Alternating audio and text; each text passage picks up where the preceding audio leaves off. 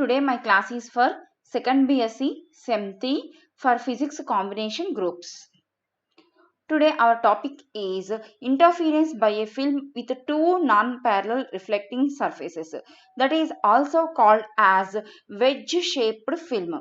In this topic we are going to discuss about nature of interference pattern, measure of fringe width, determination of angle of wedge or diameter of wire. Now we will see one by one. First, our topic is wedge-shaped film. This is also called as interference by a film with two non-parallel reflecting surfaces. In previous class, we discussed about parallel reflecting surfaces. Two surfaces are parallel, but here we are discussed about non-parallel reflecting surfaces. Two surfaces కూడా చూడండి G1H1 GH ఈ రెండు surfaces కూడా non parallel. ఇవి రెండు parallel గా ఉన్నాయా? ఎలా ఉన్నాయి? నాన్ ప్యారలల్ గా ఉన్నాయి. అంటే there is an angle alpha. ఈ రెండిటి మధ్య ఎంత యాంగిల్ ఉంది అంటే ఆల్ఫా అనే యాంగిల్ ఉంది.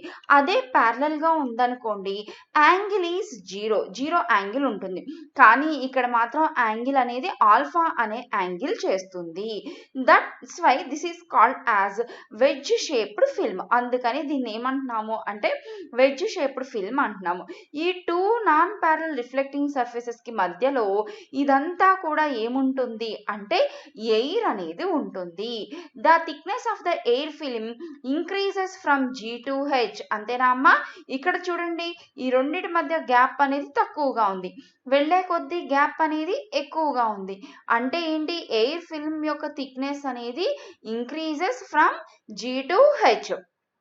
Okay, let mu be the refractive index of the material of the film. ఈ ఫిల్మ్ యొక్క రిఫ్రాక్టివ్ ఇండెక్స్ అనేది మ్యూ. ఈ మధ్యలో ఉంది చూసారా ఎయిర్ ఫిల్మ్, దాని యొక్క రిఫ్రాక్టివ్ ఇండెక్స్ ఎంత అనుకుంటున్నాము అంటే మ్యూ అనుకుంటున్నాము. Okay, when this film is illuminated by sodium lamp అంటే సోడియం లైట్. ఈ ఫిల్మ్ని మనం ఒక సోడియం లైట్ తోటి ఇల్యూమినేట్ చేస్తే then the interference between the two system of rays, one reflected from the front surface and other reflected from the second surface. ఒకటేమో ఇలా ఒక సోడియం లైట్ వచ్చి ఇల్యూమినేట్ చేస్తే the light is partly reflected, partly transmitted. This is again reflected from the second surface. So internal ga malli reflection jargi finally it emerges out along DR1. These two rays BR and DR1 are not parallel. అవి రెండు కూడా parallel గా ఉండట్లేదు. But these two are appears to diverge from S. ఈ రెండు race కూడా ఎక్కడి నుంచి వచ్చినట్టుగా కనిపిస్తున్నాయి అంటే ఎస్ అనే పాయింట్ నుంచి వచ్చినట్టుగా కనిపిస్తున్నాయి. So the interference takes place. అందుకని మనకి ఇంటర్ఫీరెన్స్ అనేది ఇక్కడ జరుగుతుంది. The condition of interference is satisfied. ఇంకా ఇక్కడ ఏంటి అంటే ఏబి అనేది ఇన్సిడెంట్ రే, బిఆర్ అనేది reflected from the front surface, so BC అనేది refracted ray, it is again reflected from the C point and it is finally emerges out along DR1. మనకి interference ని study చేయాలి అంటే first ఏం calculate చేయాలంటే path difference calculate చేయాలి. For that purpose we draw normal from the point D on BC. D నుంచి DE అనే ఒక నార్మల్ డ్రా చేసాము. అలానే D నుంచి DF అనే ఒక నార్మల్ డ్రా చేసాము. ఓకే, DF DE అర్థమైంది కదా. I is the angle of incidence, R is the angle of refraction and ఇక్కడ ఒక right angle triangle EPD, r plus alpha అనేది ఇంకొక యాంగిల్, ఇక్కడేమో ఆల్ఫా అనేది one of the angle, r అనేది యాంగిల్ ఆఫ్ రిఫ్రాక్షన్. ఇక్కడ క్యూ అనే point, ఇక్కడ సి నుంచి ఒక నార్మల్ డ్రా చేసి దీన్ని ఎక్స్టెండ్ చేస్తే క్యూ అనే పాయింట్ దగ్గర మీట్ అవుతుంది. అట్లానే సి అనే పాయింట్ని డి అనే పాయింట్ని ఎక్స్టెండ్ చేస్తే పి అనే పాయింట్ దగ్గర మీట్ అవుతున్నాయి. ఇవన్నీ ఎందుకు అంటే మనం యాంగిల్స్ కన్స్ట్రక్ట్ చేయడానికి రైట్ యాంగిల్ ట్రయాంగిల్స్ కావాలి కాబట్టి ఇలా ఎక్స్టెండ్ చేసి ఒక పాయింట్ దగ్గర మీట్ అయ్యేలాగా మనం డయాగ్రామ్ని డ్రా చేసుకున్నాము. ఓకే కదా! మనం ఇప్పుడు ఏం క్యాలిక్యులేట్ చేయాలి అంటే పాత్ డిఫరెన్స్ క్యాలిక్యులేట్ చేయాలి. ఇదంతా కూడా description about diagram. Okay. Path difference calculate చేయాలని చెప్పాను కదా! The path difference is given by path డిఫరెన్స్‌ని మనం డెల్టాతో ఇండికేట్ చేస్తాం. This is equal to diagram చూడండి. డెల్టా ఈజ్ ఈక్వల్ టు అంటే ఏ రెండిటికి మధ్య path difference BR and DR one. ఈ రెండిట్లకి మధ్య పాత్ డిఫరెన్స్ కాబట్టి డిఆర్1 డిస్టెన్స్ ట్రావెల్ చేసిన డిస్టెన్స్ మైనస్ బీఆర్ ట్రావెల్ చేసిన డిస్టెన్స్. బీఆర్ మొత్తం తీసుకొని ఇక్కడికి ఒక నార్మల్ డ్రా చేసి BF. Okay. This is equal to this minus this 1 అనుకున్నాం కదా! సో డిఆర్1 ఎంత డిస్టెన్స్ ట్రావెల్ చేసింది అంటే ఏబి అనే రే వచ్చి ఫస్ట్ సర్ఫేస్ మీద ఇన్సిడెంట్ అయిన తరువాత ఇది ఇక్కడి నుంచి రిఫ్లెక్ట్ అయిపోయింది. అంటే బిఎఫ్ అనే డిస్టెన్స్ ట్రావెల్ చేసింది. కానీ ఇది మాత్రం ఏం చేసింది B to C, C to D. Inside the film. Inside the film మనం mu is the refractive index అని అనుకున్నాము. కాబట్టి delta is equal to mu into BC plus CD minus BF. మరి ఇక్కడ ఎందుకు మ్యూ రాయలేదు? ఇదంతా కూడా ఎయిర్. ఎయిర్ యొక్క రిఫ్రాక్టివ్ ఇండెక్స్ 1 కాబట్టి మైనస్ బిఎఫ్ అని రాసాము. మ్యూ ఈజ్ ఈక్వల్ టు బీసీకి మధ్యలో ఈ అనే మనం నార్మల్ డ్రా చేసాం కాబట్టి బీసీని ఎలా కూడా రాయొచ్చు అంటే BE plus EC plus CD minus బిఎఫ్కి బదులుగా మనం ఏం రాసాము అంటే మ్యూ ఇంటూ బిఈ అని రాసాం. ఎక్కడి నుంచి వచ్చింది మ్యూ ఇంటూ బిఈ అంటే ఇక్కడ చూడండి mu is equal to sine i by sine r Snell's law. So sine i అంటే from this right angle triangle BFD. Sine i అంటే opposite side BF by hypotenuse BD. అలాగే sine r అంటే opposite side BE by hypotenuse BD. BD BD cancel అయిపోతే BF by BE. BF is equal to cross multiply చేస్తే mu into BE. That's why here mu into BE వచ్చింది. Okay. ఇక్కడ mu common తీసాము, మైనస్తో multiply చేసాము, plus BE minus BE cancel అయిపోయింది. Remaining terms mu into EC plus CD.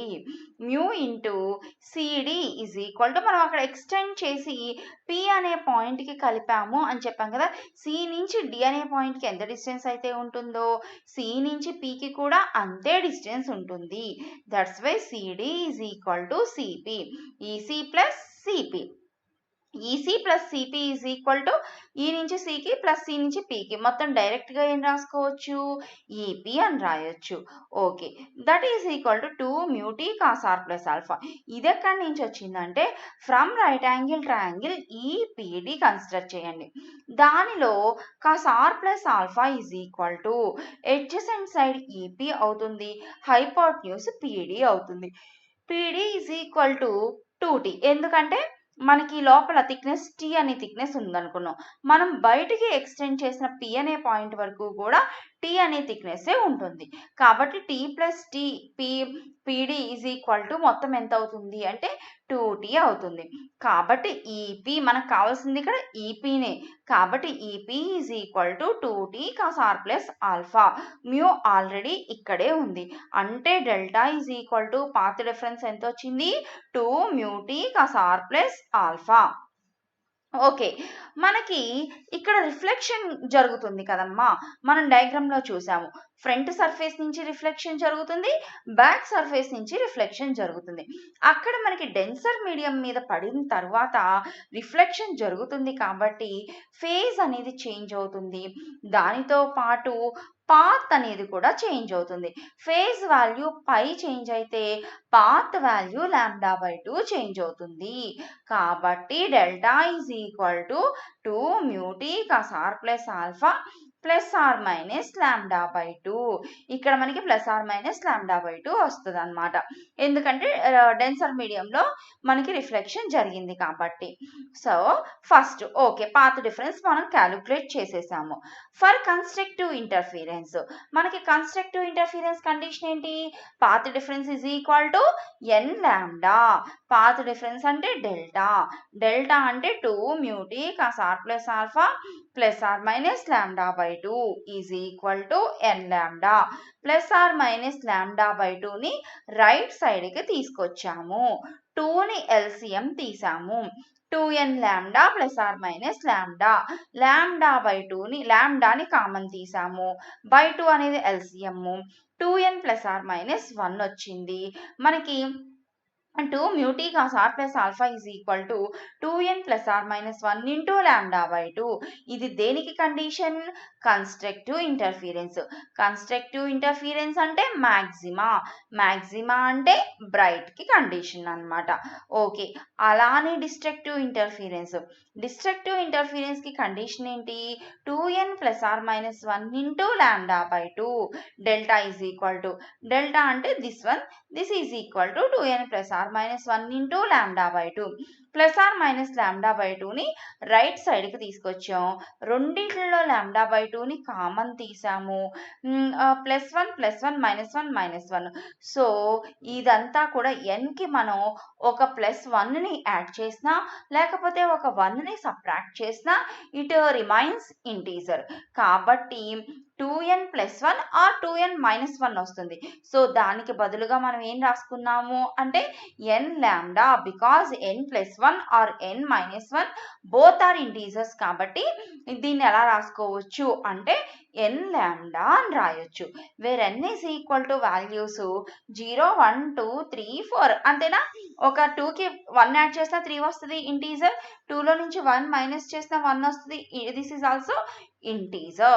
So these are the conditions for bright and dark fringes. Equation 3 and equation 4 అనేవి bright కి dark కి కల conditions అన్నమాట.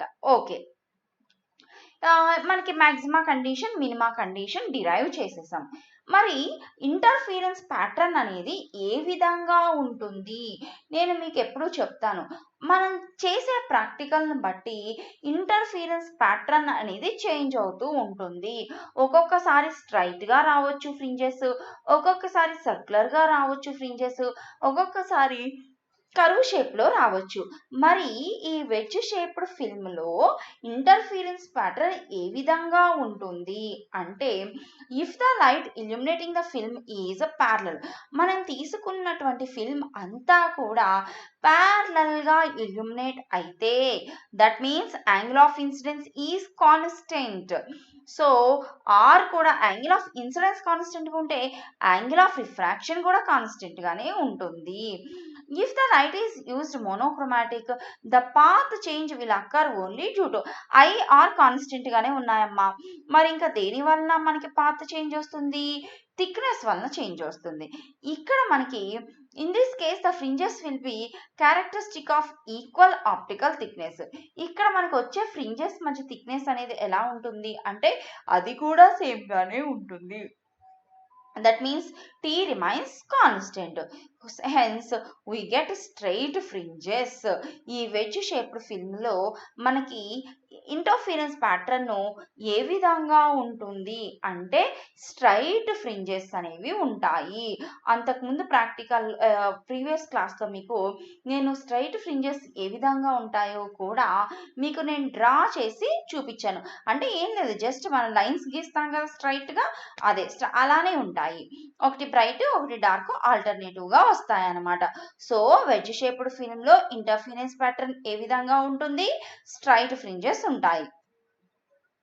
Next, 2 consecutive bright bands మధ్య spacing అనేది ఎలా ఉంటుంది అంటే బ్యాండ్ టు బ్యాండ్ మనం ఫ్రింజెస్ అంటున్నాం చూసారా, వాటిల్నే ఫ్రింజెస్ అనొచ్చు, వాటిల్నే బ్యాండ్స్ అని కూడా అనొచ్చు.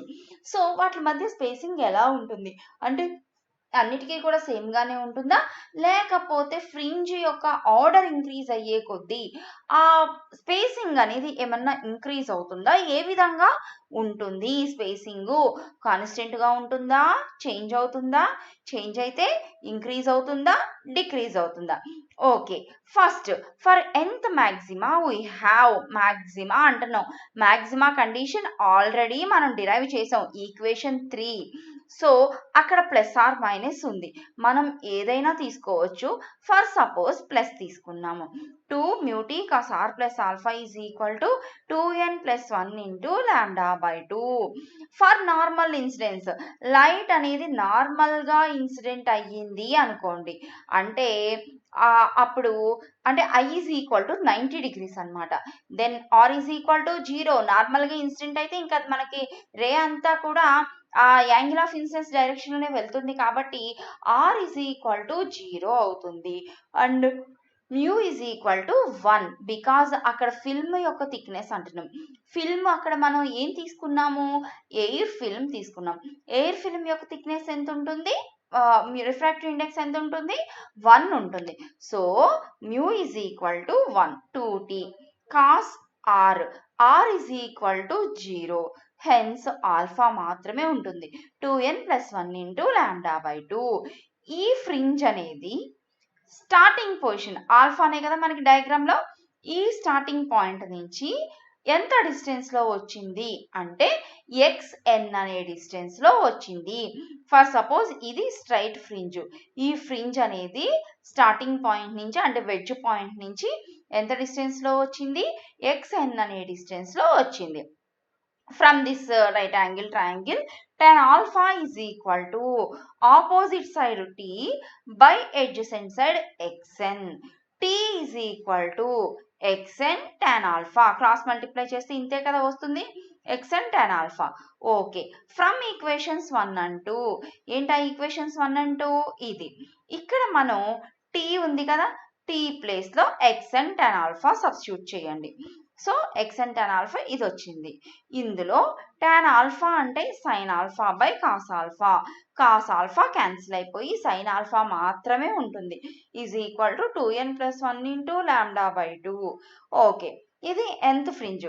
అలానే n ప్లస్ 1th ఫ్రింజ్ ఎప్పుడు వస్తుంది అంటే xn ప్లస్ 1 అనే డిస్టెన్స్ లో వచ్చింది అనుకోండి, అప్పుడు 2xn, n ప్లేస్ లో n ప్లస్ 1 పెట్టండి, sin ఆల్ఫా 2, n ప్లేస్ లో మళ్ళీ n ప్లస్ 1 పెట్టాము into lambda by 2, 2n plus 2 plus 1, 2n plus 3 into lambda by 2. Equation 4ని ఈక్వేషన్ 3లో సబ్ట్రాక్ట్ చేయండి. సో 2 కామన్ కాబట్టి రెండు ఈక్వేషన్స్ లో 2 కామన్ తీసాము, సైన్ ఆల్ఫా కామన్ కాబట్టి సైన్ ఆల్ఫాని కామన్ తీసాము. హెన్స్ ఇంకా సబ్ట్రాక్టింగ్ టర్మ్స్ ఏమున్నాయి, xn plus 1 minus xn is equal to 2n plus 3 minus 2n minus 1, 2n cancel అవుతుంది, 3 మైనస్ 1 2 అవుతుంది, 2 ఇంటూ లాంబ్డా బై 2, 2 కూడా క్యాన్సిల్ అయిపోతే లాంబ్డా మాత్రమే ఉంటుంది. xn plus 1 minus xn is equal to beta, two fringes మధ్య difference, that is called fringe width, it is denoted by beta. So 2 beta sine alpha is equal to lambda. మనకి కావలసింది spacing between 2 consecutive bright bands అన్నాం. Spacing అంటే బీటానే, beta మాత్రమే మనకి కావాలి కాబట్టి బీటాని మాత్రమే ఉంచి లాంబ్డా బై 2 సైన్ ఆల్ఫా అని రాసాం.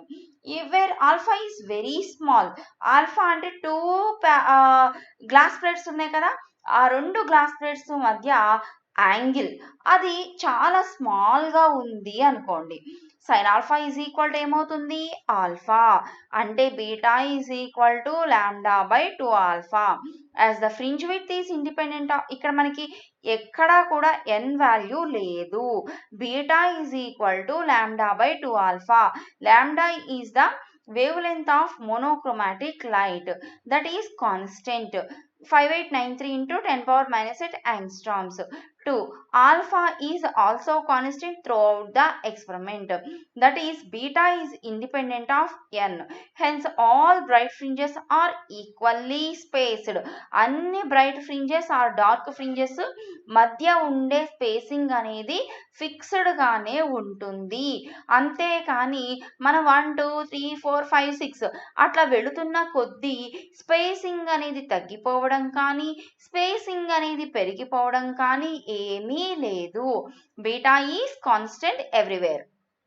Okay, next, determination of angle of wedge or diameter of a wire. ఈ ఎక్స్పెరిమెంట్ యూస్ చేసి వెడ్జ్ మెథడ్ అనే ఎక్స్పెరిమెంట్ యూస్ చేసి మనం ఏమి క్యాలిక్యులేట్ చేయొచ్చు అంటే డయామీటర్ ఆఫ్ వైర్, ఆ ఒక వైర్ యొక్క డయామీటర్ని క్యాలిక్యులేట్ చేయొచ్చు. అలానే యాంగిల్ని కూడా క్యాలిక్యులేట్ చేయొచ్చు. వేర్ యాంగిల్ అంటే ఆల్ఫా వాల్యూని మనం క్యాలిక్యులేట్ చేయొచ్చు. దీనికోసం కూడా మనం 2 గ్లాస్ ప్లేట్స్ని తీసుకున్నాం. ఈ పైనదంతా ఒక గ్లాస్ ప్లేటు, ఈ కింద స్ట్రైట్ లైన్ అంతా ఒక glass plates.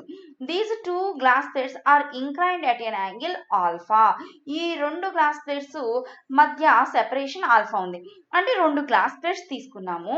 The 2 glass plates are tied together at one end and separated by a wire at the other end.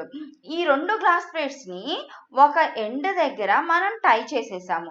Automatic గా చివరను టై చేయగానే ఇంకొక చివర ఆటోమేటిక్ ఏమవుతుందంటే కొంచెం గ్యాప్ వస్తుంది. ఆ గ్యాప్ రావడానికి మనం ఇక్కడ ఒక వైర్ ని ప్లేస్ చేసాము. ఈ 2 గ్లాస్ ప్లేట్స్ ని మనం సెపరేట్ చేయడం కోసం ఈ మధ్యలో మనం ఏం చేసాము అంటే ఒక వైర్ ని ప్లేస్ చేసాము. This is the source of light, that is monochromatic light అనే అనుకుందాము. ఇక్కడ G అనేది is the glass plate inclined at an angle 45 degrees. ఇక్కడ మనం G అనే గ్లాస్ ప్లేట్ ని ఎంత యాంగిల్ తో ప్లేస్ చేసాము అంటే 45 డిగ్రీస్ యాంగిల్ తోటి మనం ప్లేస్ చేసాము. అంటే ఇక్కడ వచ్చిన లైట్ అనేది నార్మల్ గా ఇన్సిడెంట్ అవ్వడం కోసం, ఈ వెజ్ షేప్డ్ ఫిల్మ్ మీద నార్మల్ గా ఇన్సిడెంట్ అవ్వడం కోసం ఇక్కడ గ్లాస్ ప్లేట్ ని 45 డిగ్రీస్ యాంగిల్ తో ప్లేస్ చేసాము. Here it is the microscope. మనం ఇదంతా కూడా ఈ ఫ్రింజెస్ కానివ్వండి, లేకపోతే డయామీటర్ ని కానివ్వండి, లేకపోతే యాంగిల్ ని కానివ్వండి, ఇదంతా కూడా మనం క్యాలిక్యులేట్ చేయాలన్నా చూడాలన్నా మనకి ఏం కావాలి అంటే ట్రావెలింగ్ మైక్రోస్కోప్ అనేది కావాలి. ఇక్కడ మనం ట్రావెలింగ్ మైక్రోస్కోప్ ని ప్లేస్ చేసాం అనమాట. మీ అందరికీ తెలుసు ట్రావెలింగ్ మైక్రోస్కోప్ ఆ విధంగా ప్లేస్ చేసాం. హియర్ ABCDEF అండ్ GH అవన్నీ కూడా ఏంటి అంటే మనకి alternative dark and bright fringes of equal optical thickness. వాటి మధ్య ఇది ఒక బ్రైట్ అనుకోండి, ఈ మధ్యలో డార్క్, మళ్ళీ CD బ్రైట్, మధ్యలో గ్యాప్ డార్క్, ఆ విధంగా అవన్నీ కూడా చూసారా. ఈ మధ్యలో సెపరేషన్ ఎట్లా ఉంది, ఏబికి సిడికి, సిడికి ఈఎఫ్కి, ఈఎఫ్కి GHకి ఆ సెపరేషన్ కాన్స్టెంట్ గా ఉంది చూసారా. సో అట్లా ఉండాలన్నమాట.